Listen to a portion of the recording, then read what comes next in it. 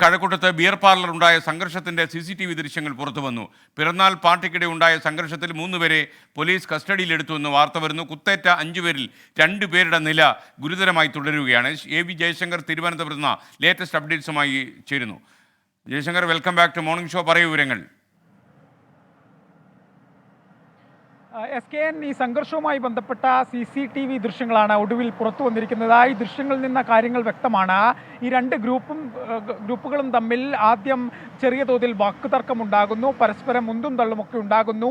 ഇതിനുശേഷം പൊടുന്നനെ ഈ കൂട്ടത്തിലെ ഒരാൾ കത്തിയെടുത്ത് മറ്റൊരാളെ കുത്തുകയായിരുന്നു. ഈ ദൃശ്യങ്ങളിൽ ഇതെല്ലാം വ്യക്തമാണ്. കത്തി ഉപയോഗിച്ച് കുത്തുന്നതും ആക്രമിക്കുന്നതും എല്ലാം വ്യക്തമാണ്. വലിയൊരു സംഘർഷം കഴിഞ്ഞ ദിവസം രാത്രി ഏകദേശം 11:15 മണി സമയത്താണ് ഈ ബാറിൽ ഉണ്ടാകുന്നത്. ഈ സംഘർഷത്തിന് പിന്നാലെ ഒരു സംഘം ഓടി രക്ഷപ്പെടുകയായിരുന്നു. 7 അംഗ സംഘമാണ് ഓടി രക്ഷപ്പെട്ടത്. എന്തായാലും ഈ ആക്രമണത്തിൽ പരിക്കേറ്റ 5 പേരിൽ 4 പേർ ഗുരുതരാവസ്ഥയിൽ ചികിത്സയിലാണ്. ഇതിൽ 2 പേരുടെ നില അതീവ ഗുരുതരമായി തുടരുകയാണ്. പരിക്കേറ്റവരെ തിരുവനന്തപുരത്തെ സ്വകാര്യ ആശുപത്രിയിലും ഒപ്പം മെഡിക്കൽ കോളേജ് ആശുപത്രിയിലുമാണ് ചികിത്സിച്ചിട്ടുള്ളത്. നിലവിൽ ഈ ആക്രമണവുമായി ബന്ധപ്പെട്ട 3 പേരെ കഴക്കൂട്ടം പോലീസ് കസ്റ്റഡിയിൽ എടുത്തിട്ടുണ്ട്.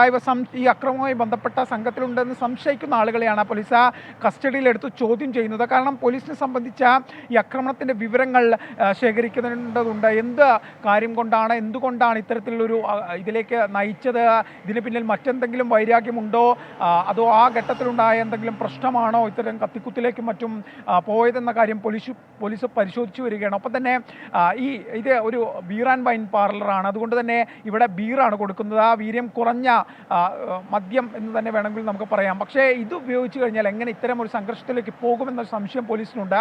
അതുകൊണ്ട് തന്നെ ഈ 2 സംഘങ്ങളും മറ്റേതെങ്കിലും തരത്തിലുള്ള ലഹരി വസ്തുക്കൾ, മയക്കുമരുന്ന് ഉൾപ്പെടെ ഉപയോഗിച്ചിട്ടുണ്ടോ എന്ന കാര്യം പോലീസ് പരിശോധിക്കുന്നുണ്ട്. നിലവിൽ ആശുപത്രിയിലുള്ള ആളുകളുടെ രക്തം ഉൾപ്പെടെ ഇതിനുവേണ്ടി പോലീസ് ശേഖരിച്ചു എന്നാണ് മനസ്സിലാക്കുന്നത്.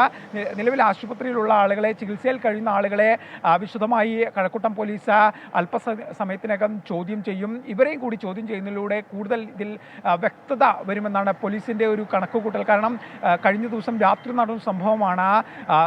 ദൃക്സാക്ഷികൾക്കും മറ്റും ഇതിൻ്റെ മറ്റു വിവരങ്ങൾ അറിയില്ല. ഇവർ മദ്യപിക്കുകയായിരുന്നു. ഈ ഘട്ടത്തിൽ ഇവർ മാത്രമായിരുന്നു അവിടെ ഉണ്ടായിരുന്നത്. അതുകൊണ്ട് തന്നെ ഇതുമായി ബന്ധപ്പെട്ട ആളുകളെ, പരിക്കേറ്റ ആളുകളെ തന്നെയാണ് ആദ്യം ചോദ്യം ചെയ്യേണ്ടത്. ഇവരിൽ നിന്ന് തന്നെയാണ് മൊഴി രേഖപ്പെടുത്തേണ്ടത്, വിവരശേഖരണം നടത്തേണ്ടത്. ഇതിനുള്ള ശ്രമമാണ് കഴക്കൂട്ടം പോലീസ് ഇപ്പോൾ നടത്തുന്നത്. 3 പേരെ നിലവിൽ ചോദ്യം ചെയ്തുകൊണ്ടിരിക്കുന്നു. ഇവരിൽ നിന്ന് നിർണായക വിവരം ലഭിക്കുമെന്നാണ് പോലീസിൻ്റെ പ്രതീക്ഷ. SKN. ഓക്കെ, AV ജയശങ്കറാണ് നമുക്കൊപ്പം ചേർന്നത്. ലോകത്തെവിടെയായാലും ഏത് സമയത്തും 24 വാർത്തകളും ഓഗ്മെന്റഡ് റിയാലിറ്റി പാക്കേജുകളും എക്സ്പ്ലെയിനറുകളും വിശദമായി കാണാൻ ഞങ്ങളുടെ YouTube ചാനൽ നിങ്ങൾക്ക് സബ്സ്ക്രൈബ് ചെയ്യാം.